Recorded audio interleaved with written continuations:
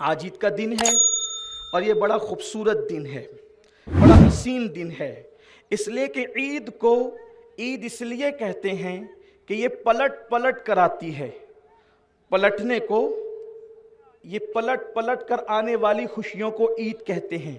اور ہمارے بزرگوں نے لکھا ہے کہ جو عید ہے، عید گاہ پر میدان محشر کا سما ہوتا ہے، جیسے سما میدان محشر میں ہوتا ہے ہوگا، وہ سما عید کے دن عید گاہ پر ہوتا ہے۔ نمبر ایک، جیسے عید گاہ میں لوگ الگ الگ لباس پہن کر آتے ہیں اپنی حیثیت کے مطابق، تو گویا کہ عید گاہ یہ منظر پیش کرتی ہے کہ جیسے آج تم اپنی دولت کے حیثیت کے اعتبار سے الگ الگ شکل میں آئے ہو، الگ الگ لباس میں آئے ہو، ویسے ہی قیامت کے دن جسے میدان محشر کہتے ہیں، اس دن تم اپنے اعمال کے اعتبار سے الگ الگ حیثیت میں اٹھو گے۔ یعنی آج جس کے پاس جتنی دولت ہے اس کے پاس اتنا قیمتی لباس موجود ہے، اس کے پاس اتنا خوش لباس موجود ہے، لیکن وہاں جس کے پاس جتنے اچھے اعمال ہوں گے وہاں اس کو خوشیوں کا معاملہ اتنا زیادہ عطا کیا جائے گا، اسے شان اتنی زیادہ عطا کی جائے گی، اسے عظمت اتنی زیادہ عطا کی جائے گی، اسے اس بزرگی اتنی زیادہ عطا کی جائے گی۔ جب امام آتا ہے، امام کے آنے سے پہلے آپ کو انتظار ہوتا ہے، تو میدان محشر کا یہ بھی منظر ہے۔ قیامت کے دن جیسے عیدگاہ پر سب امام کا انتظار کرتے ہیں، ویسے قیامت کے دن اللہ کے فیصلے کا انتظار کیا جائے گا۔ اور پھر ہمارے بزرگوں نے لکھا کہ امام جب خطبہ دیتا ہے تو سب لوگ خاموش چپ چاپ ہو کر کے سنتے ہیں۔ خطبے کے آداب میں ہمارے بزرگوں نے لکھا دائیں بائیں دیکھنا بھی حرام ہے، سلام کا جواب بھی نہیں دے سکتے، اللہ اکبر، یہاں تک کہ درود شریف جو ہے وہ بھی دل میں پڑھنے کے لیے فرمایا گیا۔ اگر اس میں مبارک مصطفیٰ جان رحمت کا آ جائے تو دل میں درود شریف پڑھنے کے لیے کہا گیا۔ یعنی سب کو خطیب کی طرف متوجہ ہونا ہے، نہ آپ چل سکتے ہیں، نہ بول سکتے ہیں، نہ کھا سکتے ہیں، کچھ نہیں، سب لوگ بالکل اٹینشن ہو کر کے امام کی طرف متوجہ ہوتے اور خطبہ سنتے ہیں بلا تمثیل۔ میدان محشر میں اللہ جب فیصلہ سنائے گا، کسی کا نامہ اعمال دائیں ہاتھ میں ہوگا، کسی کا نامہ اعمال بائیں ہاتھ میں ہوگا، کوئی منہ کے بل گھسیٹا جانے والا ہوگا، کوئی جہنم کا ایندھن بننے والا ہوگا، کسی کو اللہ اکبر تارکول کا لباس پہنایا جانے والا ہوگا۔ جس طریقے سے خطیب کو سب چپ چاپ سنتے ہیں، خدائے وحدہ لا شریک جب فیصلے فرمائے گا اس وقت لوگوں کی خاموشی کا عالم یہی ہوگا۔ میں اور آپ کیا، ہم جیسے گنہگار اور پاپی کیا، قرآن معصوم لوگوں کے لیے کہتا ہے یوم یقوم الروح والملائکہ صفا لا یتکلمون الا من اذن، کہ اس دن تو جبریل امین بھی سارے فرشتوں کے ساتھ، سب فرشتوں کی صفیں ہوگی اور صف بصف سب فرشتے اللہ کی ہیبت سے کانپیں گے، کسی میں کلام کرنے کی جرات نہیں ہوگی۔ اس دن جبریل بھی جرات نہیں کریں گے کلام کرنے کی، الا من اذن، سوائے اس کو جس کو میرا اللہ اجازت دے گا۔ سب چپ ہوں گے۔ اس وقت اگر کسی کو بولنے کی اجازت ہوگی تو وہ آمنہ کا لال ہوگا۔ الا من اذن، یہ الا من اذن بتا رہا ہے کہ کوئی تو بولے گا اور کسی کی تو سنی جائے گی، اور جب وہ بولیں گے تو حکم ہوگا محبوب آج تمہارے ہی لیے تو ہے، فقط اتنا سبب ہے انعقاد بزم محشر کا کہ ان کی شان محبوبی دکھائی جانے والی ہے، آج تو آپ ہی کی سنی جائے گی۔ تو میدان محشر کا سما یہ عیدگاہ پیش کرتا ہے۔ اس کا مطلب عید کی نماز میں آنے والوں، عید پڑھ کر پکچر میں جانے کا پلان نہیں کرنا۔ میدان محشر کا سما جس کو یاد رہے، کیا وہ عید کی نماز کے بعد فلم میں جانے کا پلان کرے گا؟ عید کی نماز میں جسے میدان محشر کا منظر یاد آئے، کیا وہ عید کی نماز کے بعد زنا کے اڈوں پہ جانے کا پلان کرے گا؟ کیا وہ شراب کے اڈوں پہ جانے کا پلان کرے گا؟ کیا وہ عورتوں پہ بد نظری کرنے کا پلان کرے گا؟ کیا معاذ اللہ ثم معاذ اللہ وہ عید کی خوشیوں کی موج مستیوں میں کیا بیویوں کو طلاق دے گا؟ یہاں پر شہر کے باہر لوگ موجود ہیں، یہ ہمارے شہر کا بڑا مسئلہ ہے۔ عید کی چھٹیوں میں جتنی طلاقیں واقع ہوتی ہے اتنی طلاقیں سال بھر میں کبھی واقع نہیں۔ مفتی صاحب جلوہ گر ہیں، یہ بھی دارالفتاح میں لوگوں کو کی رہنمائی کرتے ہیں، اور بھی ہمارے شہر کے عمائدین موجود ہیں، لیکن یہ ہوتا ہے۔ سوچے تو صحیح، کہاں خدا بخشش کا پروانہ عطا کر رہا ہے اور کہاں عید کی چھٹیوں میں طلاق کی شرح واقع ہو رہی۔ حیرت یہ ہے کہ پوری دنیا کے مسلمان اس وقت ایک مرثیہ گا رہے ہیں، مسلمانوں پہ ظلم ہو رہا ہے، مسلمانوں پہ ظلم ہو رہا ہے، مسلمانوں پہ ظلم ہو رہا ہے۔ آپ مجھے بتائیں مسلمان کتنے ہیں؟ کسی نے کہا تھا یہ شہادت گہے الفت میں قدم رکھنا ہے، لوگ آسان سمجھتے ہیں مسلمان ہوں۔ آج وہ عید سعید جس میں رسول اللہ صلی اللہ علیہ وآلہ وسلم نے صدقہ فطر کو واجب قرار دیا اور فرمایا غریبوں کو مانگنے سے پہلے غریبوں کی جھولیاں بھر دو، یہ عید ہے، غریبوں کو مانگنے سے پہلے غریبوں کی جھولیاں بھر دو۔ آج میری قوم جتنے بینروں پر اور ہولڈنگز پہ خرچہ کر رہی ہے، اگر وہ پیسے بچ جائیں تو درجنوں نہیں بلکہ ہزاروں غریبوں کی جھولیاں بھر سکتی ہے۔ لیکن اس قوم کو تو نام ہی چاہیے، ہم تو نام کے لیے اتنا مر رہے ہیں، اللہ اکبر۔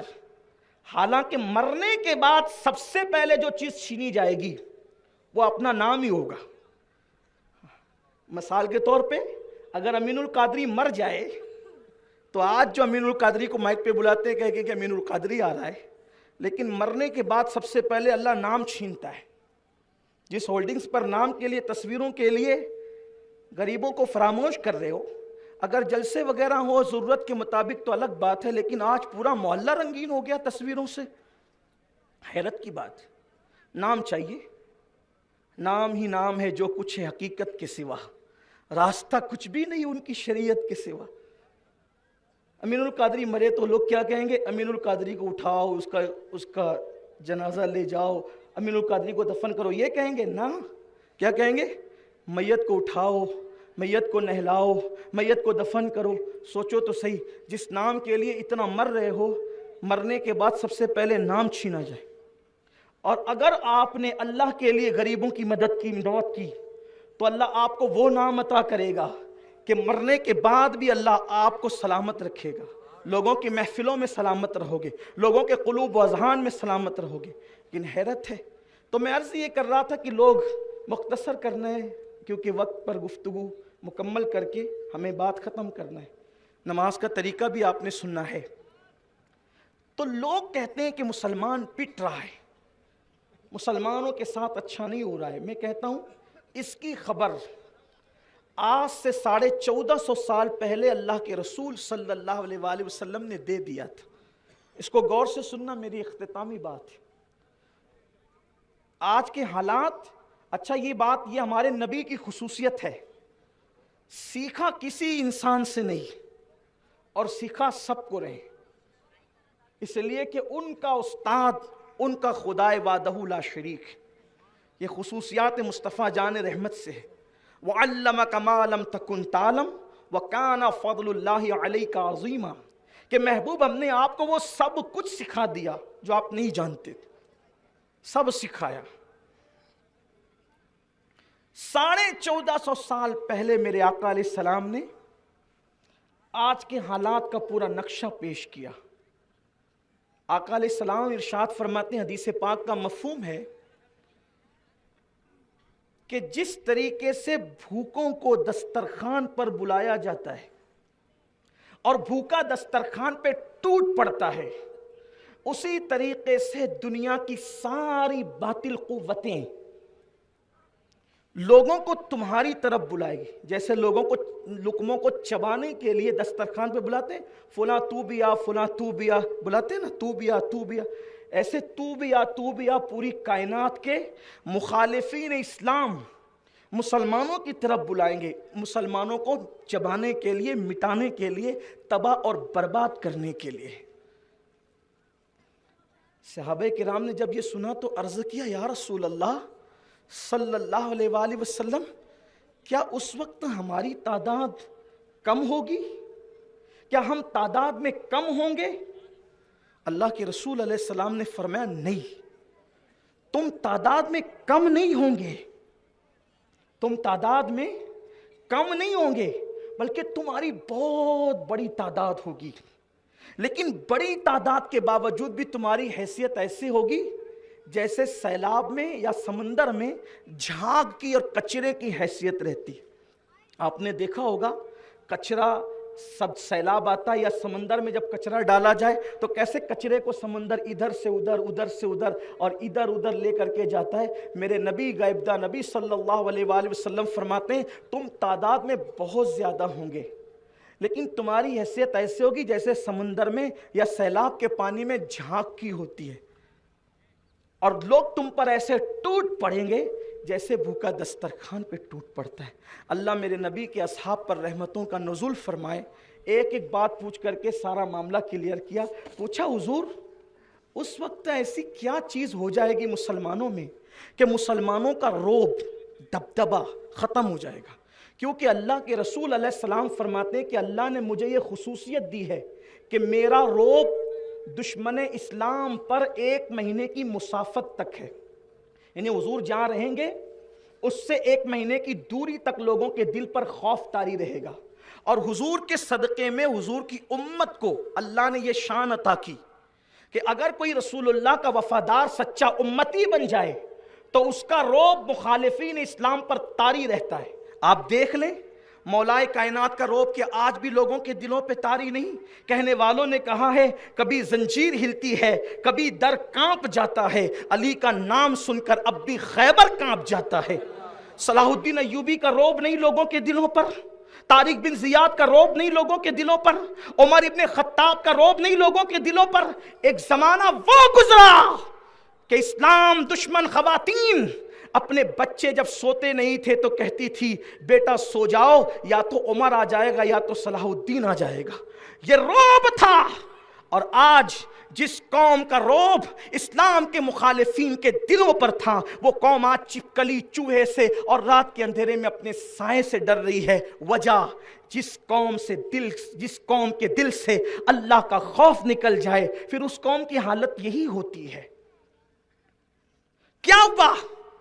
صحابہ نے پوچھا حضور اس امت کی حیثیت ایسی کیوں ہوگی؟ اللہ کے رسول علیہ السلام فرماتے ہیں میری امت میں 2 چیزیں پیدا ہوگی. آقا فرماتے ہیں میری امت میں 2 چیزیں پیدا ہوگی. نمبر 1, بلکہ پہلے فرمایا کہ میری امت وہن کا شکار ہو جائے گی. صحابہ کو فرمایا میری امت وہن کا شکار ہو جائے. پوچھا یا رسول اللہ وہن کیا ہے؟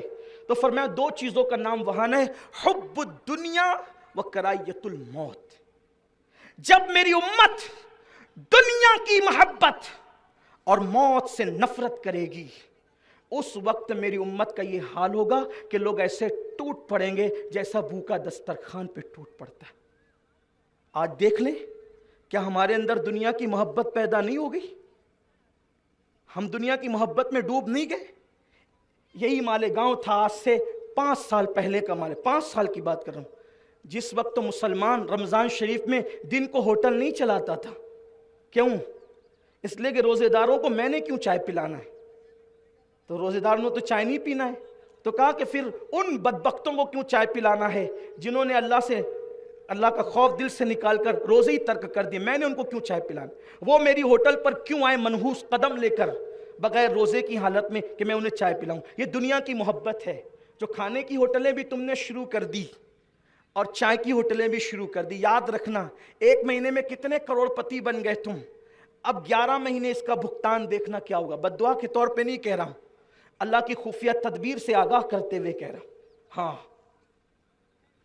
یہ صورتحال ہے, دنیا کی محبت ہے یہ.